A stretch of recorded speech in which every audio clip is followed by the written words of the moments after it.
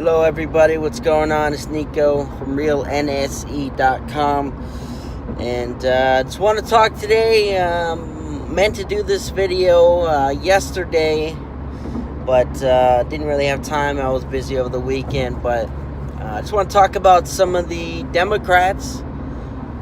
Mainly what triggered this video is Maxine Waters over the weekend, just yesterday I believe it was. She came out and of course she just keeps repeating the same thing, impeach, impeach, impeach. She literally at one point said, she's impeach, impeach, impeach, impeach. Like 5 times. Impeach, impeach, impeach, impeach. But she can't tell us why she wants to impeach him. She just says Russia, Russia, oh, Russia.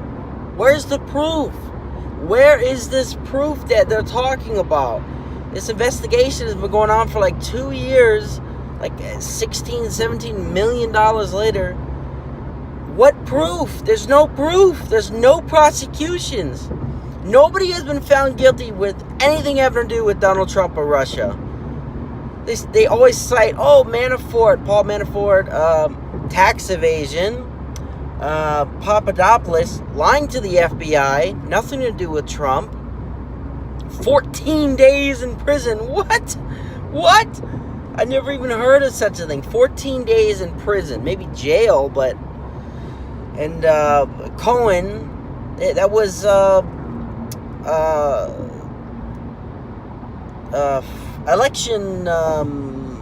election funding. I forgot whatever. Campaign finance laws. That was before he even got with Trump. So where is this collusion? I mean, give me a break. Give me a break, dude. This needs to stop. And all those people I just mentioned, sure, they should be in trouble. I'm not defending them. You know, they broke the law, sent them away. But that has nothing to do with President Trump. So you have Maxine Waters literally saying in that video that she's calling for violence.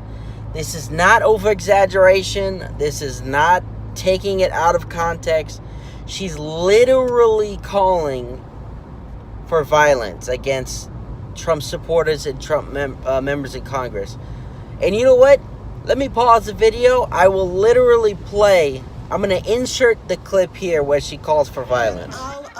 I'll say to her, Diane, remember, there are those who said that we lacked civility when I got up and talked about the president's cabinet, and I said, if you see him anywhere, if you see him at a restaurant, if you see him in a department store, even at a gasoline station, just tell him you're not welcome here or anywhere. And so it frightened a lot of people. And of course, the lying president said that I had threatened all of his constituents. I did not threaten his constituents, his supporters. I do that all the time, but I didn't do it that time. When I compare what you're doing with what we have in Washington, D.C., in the highest office of the land, I wake up in the middle of the night and all I can think about is I'm going to get him. So as you can see, she's literally calling for violence. How is that okay? How is that okay for an elected official to say, I've called for violence and I always call for violence. I've called for violence a lot. How is that okay? I don't understand. In what world is that okay? And then in the same clip later on, I'll put the link in the description if you want to watch the whole thing, but trigger warning for real. She literally says, she brings up the whole Charlottesville incident where he said, there's good people on both sides, which there was. People who want the statue down, I'm sure there was good people. And the people on the other side who didn't want the statue down were good people, I'm sure. You know, people always equate that with, he's saying the Nazis were good people. No, that's not the sides.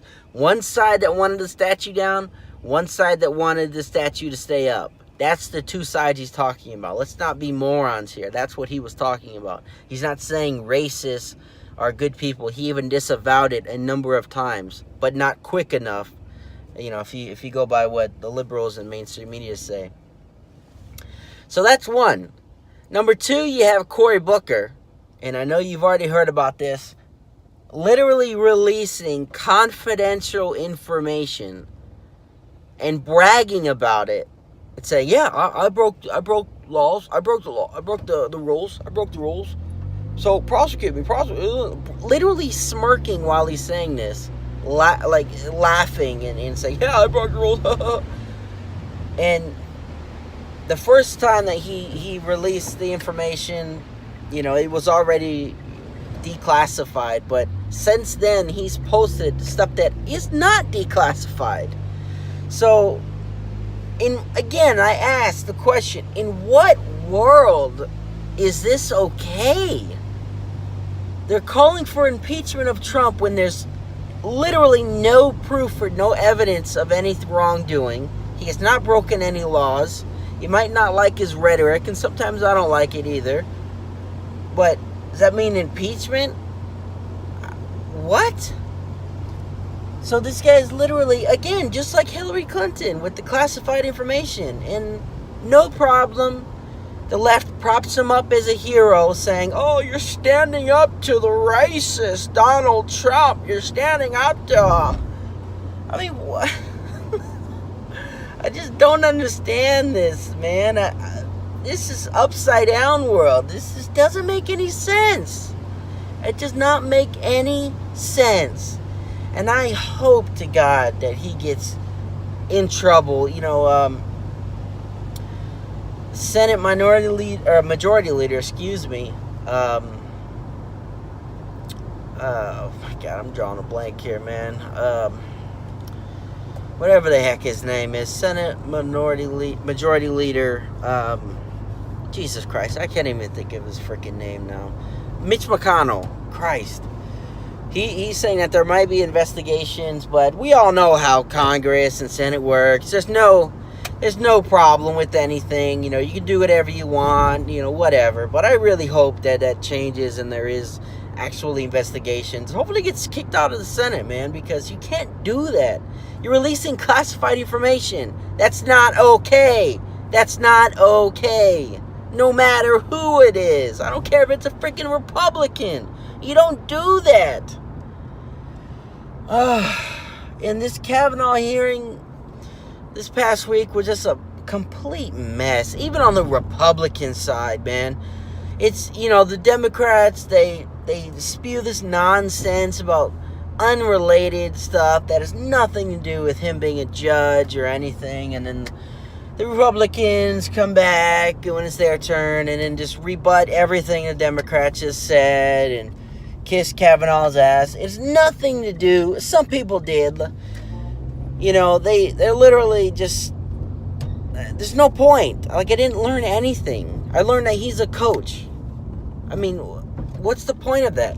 I really wish that the Senate hearings, like that confirmation hearings, were not publicized so they don't have this opportunity to, make this big grandstand for, 2020 and re-election and all that. I don't need to see that stuff. It's cool, but you can't, they just, they literally just make it into a big TV time thing. It just gets really aggravating. And Kamala Harris was just asking these stupid questions. Have you ever talked about the investigation to anybody at this law firm, which is a huge law firm? And what she's doing is she's trying to literally catch him in entrapment.